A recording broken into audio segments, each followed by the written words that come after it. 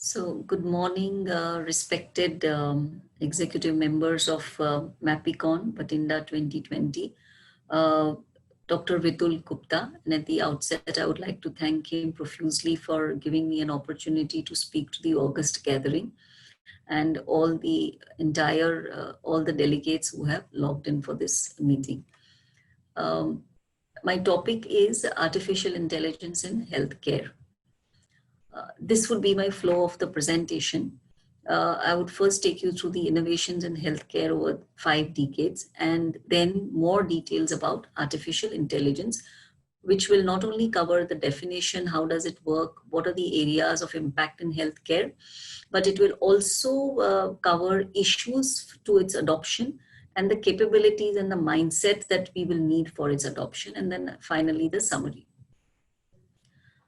So going to the next slide, I have just got this one slide which says that right from 1950s onwards till presently, a lot of innovation has happened in healthcare, starting from the presence of X-ray, ECG. In the 1960s, and we had the heart valve replacements, vascular grafts. 1970s, we had artificial hip and the knee replacements. 1980s, we had magnetic resonance MRIs, laser surgeries, vascular grafts. And today we have got genomic sequencing, microarrays, PET, etc. And therefore the world has moved on, and healthcare has honestly done a lot in terms of innovation. Going now a leap forward, and artificial intelligence is definitely one of the innovations in our lives, in each and every person's lives on this earth, and as a result of which healthcare is also no different from there. And if you see the definition of artificial intelligence, which is defined by European Parliament, they say that it is a capability of a computer program to perform the tasks or reasoning processes that we usually associate with the intelligence in a human being. We and however, it also adds that it is not a panacea for the healthcare systems, and it comes with a lot of strings attached, as we will see as the presentation goes on. It is in healthcare, it is yet in the infancy. However, in the other areas of our life, it has progressed and it is really making an impact. But in healthcare, it is yet in its infancy, and long-term implications are just kind of unfolding. However, the future applications of artificial intelligence will be very transformative. Now, in a very simple manner as to how does artificial intelligence work, the process is that the first important thing is that the data is generated. So all the healthcare data that we have of about our patients, they are all generated in a structured or an unstructured manner. And that entire data is first of all stored. It has to be digitized. And that is one of the most important, you can say that act to be done, that the data that we have today, which is manually, at least in our country, has to be digitized, and it has to be stored in databases and servers. Now, with this computer software, this entire data that we have is then processed. So the computer or the software perceives the data, that is the environment, and then it detects the patterns of the data. So one of the I think the common application, as we have seen, which is US FDA approved, etc., is retinopathy images.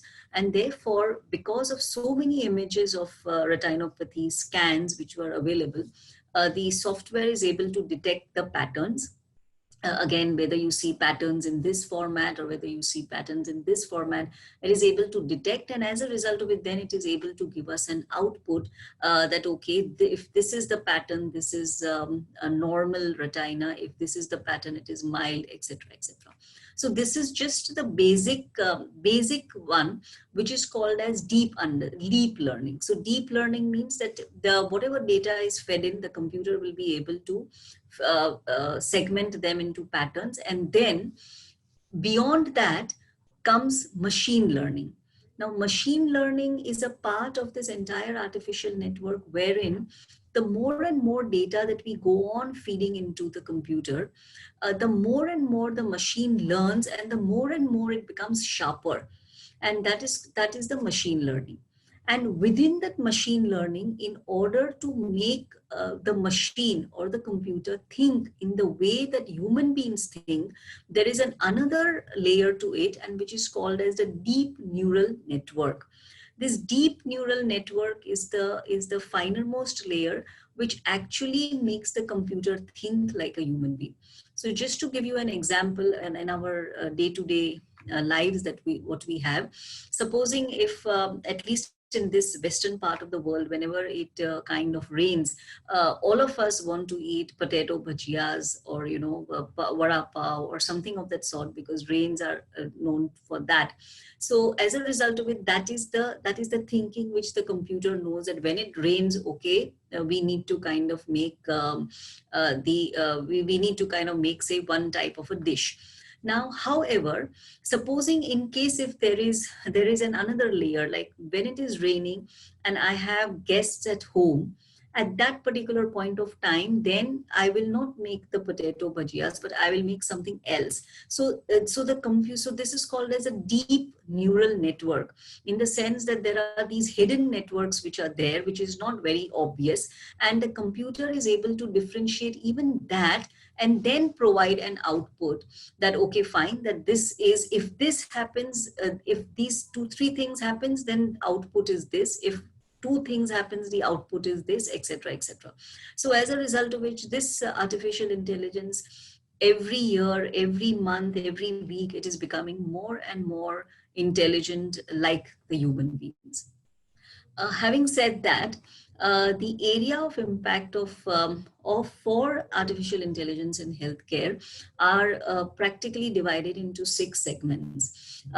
We know that in self-care, prevention, and wellness, it is definitely there in terms of our wearable watches that we have got now, the Fitbits that we have, etc. And as a result of which, it is having an important role in prevention and wellness. Next, number 2, in our hospitals, it is triage and diagnosis. It is very important. The third, which is also available to us in terms of retinopathy, MRI imaging scans, and diagnostics, it is going to be very helpful. The fourth area is clinical decision support, which I will elaborate a little bit more later. The fifth area is care delivery, post-discharge from the hospital, or how can we improve the delivery of the care delivery of the patient. And the final one is chronic care management, again for those patients who are in chronic diseases. So all these 6 areas of in the healthcare are basically going to impact. They will improve population health management, they will improve the operations, the way in which healthcare is going to work, and it will also strengthen innovation. And why is artificial intelligence very important in healthcare? It is because of the fact that it has the potential to transform how healthcare is delivered. We all know that around the world, even in our country, life expectancy has raised because of the fact that so much of innovation is done in healthcare. And as a result of which, there are in the future, and even today, I'm sure even at our homes, we have our old parents with us, and they are getting more and more complex conditions as they age, and managing such patients is definitely expensive, specifically in our country when we have to pay out of pocket. And as a result of which, the whole world is kind of shifting from a mindset that this will require systems to shift from episodic care-based philosophy to the one that we can be proactive and manage long-term management. Apart from this life expectancy and the challenges which it is going to deliver to us, also the patient's expectations about healthcare is changing, and there is a shift in the lifestyle choices. So all this together makes adoption of artificial intelligence very important in healthcare.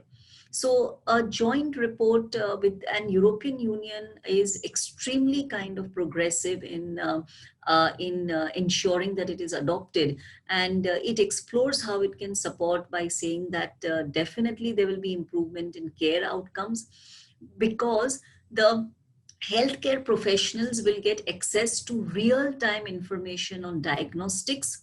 They will get information on difficult diagnosis, whichever is not possible to make immediately. They will get some kind of a support there. And both of these, getting quick information on diagnostic and diagnosis, which will add value to the clinical decision making ability. Moreover, patient experience will be improved, because chronic care patients can be managed even remotely because of artificial intelligence. And for our country, extremely important is that access to healthcare services will definitely improve. I was just reading the recent report which said that in 2017, as per WHO, we have to have one doctor out of every 1,000 population in the country, but we already have today 1.34 for every 1,000 people in our country. But the reality of the fact is that these physicians are not available to us in our rural India, where 70% of our population stays. And as a result of which, therefore, excess of those people who are in the rural area where healthcare is not available is going, artificial intelligence will play a very, very important role over there. And because of all this, it will also enable the physicians to spend more quality time for direct patient care rather than doing admin work and reducing the burnout. So if you see the broad artificial intelligence applications in healthcare, there are three types of applications. One is the low-hanging fruits, which we are aware it's already there in healthcare right now. And these are the tasks which are routine, repetitive, and administrative kind of the task, which absorbs a significant time of doctors and nurses, optimizing healthcare operations and increasing adoption. So, for example, all the tasks are based on imaging, screening, which are used in specialties like radiology, pathology, ophthalmology, as we said, retinopathy. So these are the low-hanging fruits, and a lot of work is happening in that area. Number two application is solutions that will support the shift from hospital-based to home-based care. So, for example, remote monitoring, AI-powered alerting systems on if somebody gets an atrial fibrillation or heart attack, or the blood glucose levels goes up and down to a high degree, blood pressure fluctuation, or even virtual assistants. We do have examples of these. And these are, some of these AI are today available in specialties like oncology, cardiology, diabetes, as well as neurology. And in order for this to work, to shift from hospital-based to home-based care, the artificial intelligence will have to be embedded in clinical workflows through intensive engagements of professional bodies and the physicians. The role of physicians will become very, very important here. And the last piece is, these solutions will also help in clinical practice based on the evidence from the clinical trials. So there's so many clinical trials, and obviously it is impossible for one physician to kind of keep a track of all that. And therefore the evidence from these clinical trials will be through the AI platform will support the physicians in order to take the right kind of clinical decisions. However, despite of automation, despite of artificial intelligence coming into healthcare at whatever degree of level that it is there, the amount of hours that will be freed for the healthcare professional is to the extent of only 10 to 12%. So therefore, however, the amount of hours freed for people who are doing repetitive jobs, like we said, diagnosis and screening, technicians, paramedicals, will yet be around 20 to 50%. So to give an example, like say, for example, the amount of time that will be freed by the nurses is around 10% after AI sets in completely. But however, there will be a 39% increase in all nursing occupations is expected by 2030, even allowing for the fact that about 10% will be freed because of AI and automation. So as a result of which, as we said, that it is not a panacea, it is not that the complete work is going to go away. Only from the clinician's perspective, only about 10 to 12% will be freed.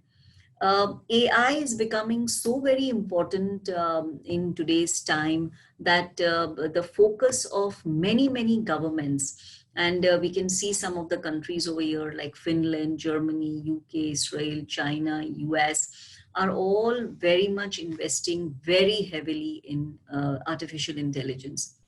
It is on the top of the mind of decision makers, investors, and innovators. Venture capitalists, private sector will play a very significant role. And the venture capitalist funding for the top 50 firms in healthcare reaches about, say, 8.5 billion only in artificial intelligence. So as a result of it, there is a lot of excitement in artificial intelligence.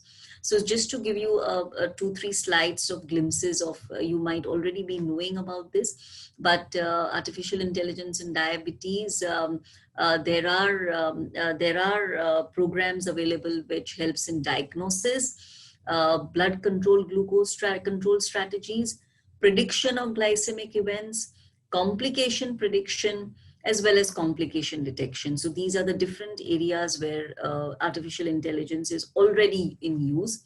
Then, as I said, that these are the low-hanging fruits of cardiac imaging analysis. It has got a lot of potential and it is already in use right now. And the deep learning, collecting all these ECGs, echoes, angiograms from different from millions and billions of patients will automatically throw up. They will make patterns and then they will kind of be able to provide a diagnosis to that. And of course, then robotic surgery is also one of the ways in which artificial intelligence can definitely help. In our country, there is already M Wellcare, that is a M Health intervention, which is in place by the government. And this particular, as I had mentioned earlier, that access is extremely important. And as a result of which, this particular artificial intelligence system is made in a manner that at the remote places, the healthcare worker has this particular software in which he is given, when he feeds in the symptoms, he is given a decision support, management plan, counseling, follow-up visit, etc., goes back into the server and supports the decision making, clinical decision making to that healthcare professional, as well as through the SMS. The patients are also kind of sent alerts and reminders in order so that they take their medications properly and for any other monitoring roles properly, in order so that the healthcare is kind of improved. Coming to recent our crisis of COVID, and I'm sure that all of us have heard of use of artificial intelligence in development of vaccines. And these are just some of the snapshots which says that there are so many companies and so many universities who have actually used artificial intelligence during this COVID era to do various sort of stuffs. Like, say, for example, this company Blue Dot has predicted the location of the next outbreak where it would be. Then somebody has reported drug trials and which drugs could benefit for the COVID. Then even our Arogya Setu app is a type of contact tracing which is built on artificial intelligence. And as a result of it, therefore, there are so many applications of artificial intelligence which has kind of really helped us in some way or the other during the COVID era also. And future possibilities of artificial intelligence are enormous, as was already highlighted. However, now the next 2-3 slides, I would just like to highlight what could be the issues in adoption of artificial intelligence. So the first important, as I mentioned earlier also, that the entire data that artificial intelligence survives on data, and the data has to be digitized. It cannot be a manual data. So the entire data has to go into the digital framework, number one. And collecting the data is very important, because the more data that you have, the more richer the output is going to be. So if you have silos that only my clinic data will help me to do AI, etc., etc., it may not give you a richer kind of output as compared to when you have got millions and millions of data. And very important is setting up a governance around data management, because all this data is so personal, it is so private, that setting up how to govern the data about security is going to be extremely important.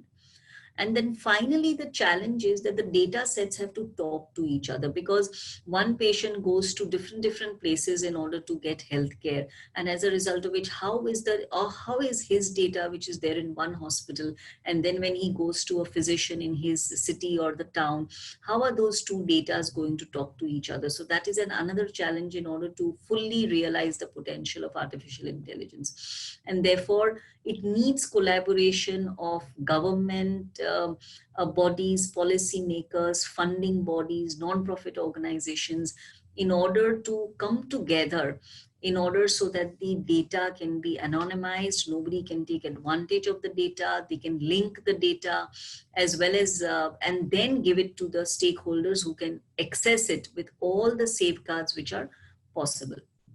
So therefore this is important, as well as and so therefore these are and the last piece is important, and governments have to address artificial intelligence regulation, because we don't have any regulation right now. What is the liability, what are the funding issues, creating the right environment for appropriate, safe and effective AI solutions to be adopted, but minimizing the risk to practitioners. And the last piece of this talk is that what are the capabilities needed? A whole new breed of professionals are going to be emerging as AI becomes more and more popular in healthcare. So all of us will have to rethink on education and skills. The leaders will have to be well versed in digital literacy, biomedical, and data science. There will be data architects who will be very critical as to how to record, store, etc. information. Then there will be people who will have to have expertise in data governance and data ethics. Then there will be hybrid roles like clinician bioinformaticians, specialists in genomic medicines, genomic counselors. Not only that, the medical leaders, the healthcare professionals will have a very, very critical role, because they will have to shape the clinically meaningful and explainable artificial intelligence that contains insight and information that will support the clinical decisions and deepen the healthcare professionals' understanding of the patients. So clinical engagement with healthcare professionals is also going to emerge as a very new breed of professionals, which we will get in the near future. So that is the thing. And the non-technical skills for anybody, whether he is a medical professional or whether he is a data scientist, the non-technical skills which are needed for artificial intelligence are that they have to be highly critical thinkers. They should like to push the envelope, pushing the boundary to think beyond normal or what they see. They have to live naturally curious lives, don't get easily overwhelmed, and they should love math and science. So these are the non-tech skills which are needed. So to end, I would like to say that artificial intelligence will definitely impact healthcare to a significant extent in the future. The role of HCPs will continue to remain central despite of automation. As I said, that only 10 to 12% of your time will be freed up. Routine admin tasks will be automated, and it will lead definitely to the time of the HCPs being more devoted to patient care, improving patient care and outcomes. New skills will be needed to be acquired. There has to be a lot of collaboration between governments, corporates, and other stakeholders for maximum utilization and output. And however, data protection, physician protection, and other unresolved issues are not very simple and they are complex to resolve. But as we take one step at a time, I'm sure that it will happen in the future. So thank you once again, and thank you for patient hearing. Thank you.